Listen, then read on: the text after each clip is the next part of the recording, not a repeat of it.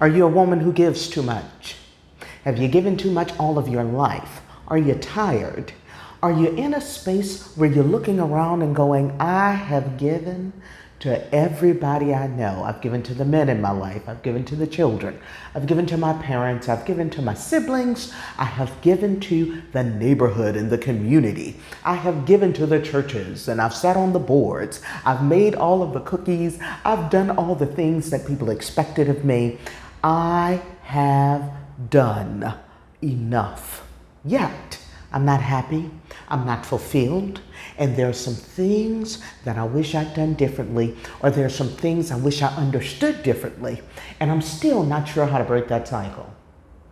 If any parts of that is you, let's look at some of the things that women end up doing, why they end up doing them, how to break that cycle, and how to now get on the path to living the kind of life that will be satisfying for you and that will make it worth living.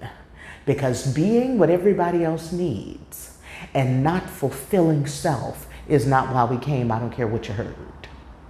So if you're ready to have your beliefs challenged, because that's what I do, then listen up, come on this journey with me, and see how you feel at the end of it. You ready? Hey, listen, if you like my content, then subscribe, like, share, comment, and hit that notification bell so you don't miss any of my videos. All right, let's do this. Now, before I really get into this, I did a mini masterclass free, and you'll find it in the description below, that really talks about how we've been conditioned. Every single person has been conditioned for some stuff that is not to their advantage, neither will work to their benefit. If you have the courage to go and get it, check it out so that you can expand and grow. That's my sole purpose here. All right? So I ask you this: who and what determines your worth? Because that's a question you're going to have to answer. And I'm guessing if you are still watching this video, you have allowed some external factors or some of your own performances to determine your worth. And if that's the case, that is where you have placed your own value. Other people have told you where your value lies. And if it's in performances, and if it's in showing up for other people, then you don't feel good at all when you don't. And I'm telling you, all of that performance and all that showing up for others, but never showing up for you, is working against you. Your cup is empty. You can't help but be tired, exhausted, and ready to throw in the towel. But we're going to talk about some real stuff here, y'all. Because domestication is real. One of my favorite books is The 4 Agreements. And the 4 agreements are powerful. But I like the beginning of the book, which a lot of people skip over, which really talks about domestication. I talk a lot about being conditioned. It's the same thing. Being domesticated for the environments that you live in.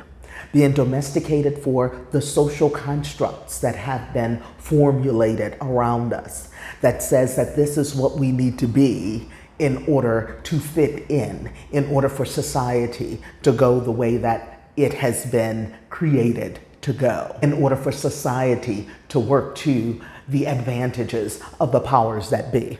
And I'm telling you, it's time for the social constructs to collapse, because they're doing far more harm than they are good, especially to women. Now, by the end of this, the question you really have to answer is, who are you and what do you really want? Now, I know you don't know the answer to that. You don't have that answer. If you did, you wouldn't be doing what everybody else desires of you, what everybody else wants you to do. You'd be doing what satisfies you. But that's the question you're going to have to answer. Because here's the case for most women. Most women are last on their list. We've bought the lie that women are nurturers. Society was set up for women to stay at home and for men to go out. That is not the world we live in today. So if you are going out, that is your first cue that you have got to change your wiring, because things have changed. If you have to make a living and you're not just sitting at home, you have to change that. Even if you're sitting at home, keep listening, because you're still going to find some things that you're probably going to have to modify. That women are created as nurturers bullcrap feeds into the societal construct of masculinity and femininity, and masculine being male and feminine being boys. So when you were a little girl, they had you play with dolls so that you could start learning how to take care of the dolls and to be a mother, and to saying that girls are nurturers, when it's bullcrap. If you're human, you can be a nurturer. And every human is not a nurturer. And it has nothing to do with male, female. I don't have a whole lot of nurturing qualities unless I want to. But I never feel obligated to. Again, who determines your worth? Is it how good you are to the men in your life? Is it how good of a wife you can be to your husband? Is it being a caregiver to your husband? Is it making sure that he's always good, that he's fed, that his clothes are clean, that the house is clean, that he doesn't have any stressors when he comes home? As many men say, they don't want to come home and have to fight at home because they got to fight so hard out there. Well, I mean, the things I hear are repulsive. If there's something to fight about, damn it, pick the fight. Being a worthy woman means that you can't say what you're dissatisfied with. You just have to suck it up and be submissive. Social construct. That submissive crap is a social construct. You got to have the courage to look at the social construct that created the submission crap. Is your worth determined by how much you can support your mate, rather than you have some ideals yourself, you have some things that's important to you that you need to have supported? Can it not be an equal thing? No? If you had a different mindset and you were in this thing and it was about being equal and it was about balancing things out and it was about supporting a mission, not just supporting a person. I'll ask you again, who or what determines your worth? Is it how good of a mother you are? How devoted? How much time you can give to your children? How you can sacrifice your own life to just make sure that they are okay? Have you let other things and other people determine whether or not you are a successful mother? Whether or not you're hitting other people's barometers for what makes you a good mother? Or have you decided what's going to make you a good mother?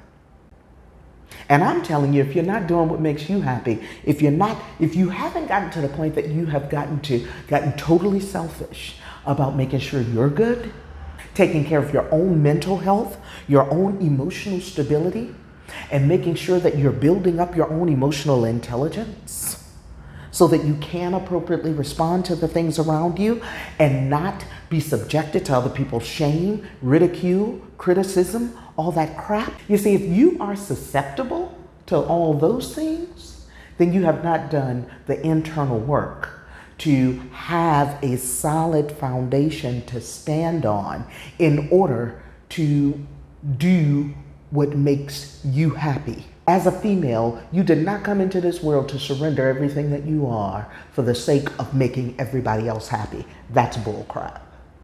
You are a human first, and every human came here with purpose, came here with different qualities. You have things that make you you. It could include nurturing, but it doesn't have to. And it certainly doesn't have to be the top of your list. There are some people that is the case for, but if that's the case, then you are completely happy doing what you're doing. You don't feel like you're depleted. You actually get life from all of that stuff. But if you are not getting life from it and it is depleting you, then you're doing yourself an injustice, you're doing yourself a disservice, and the people around you will not be reciprocating all of those things that you are giving. And you will feel like you are dying a slow death. I'm telling you, relationships need to be reciprocated. Energy reciprocated. Whatever you're giving into it, you need to be getting out of it. Or it ain't worth it. You'll find that out in the end. What you'll find out is what many people have.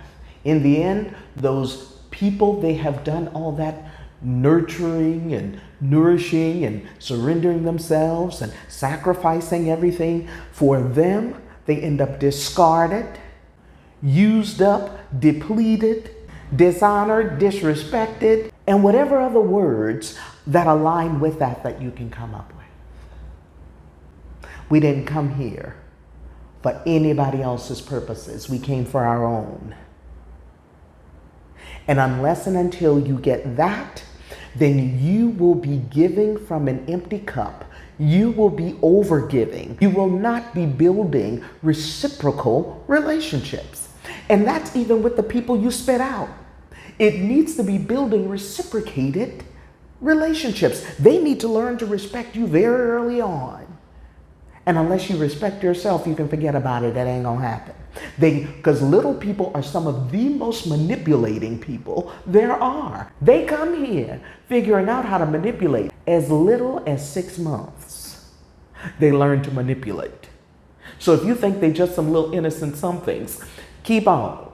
You're gonna see what you're cultivating.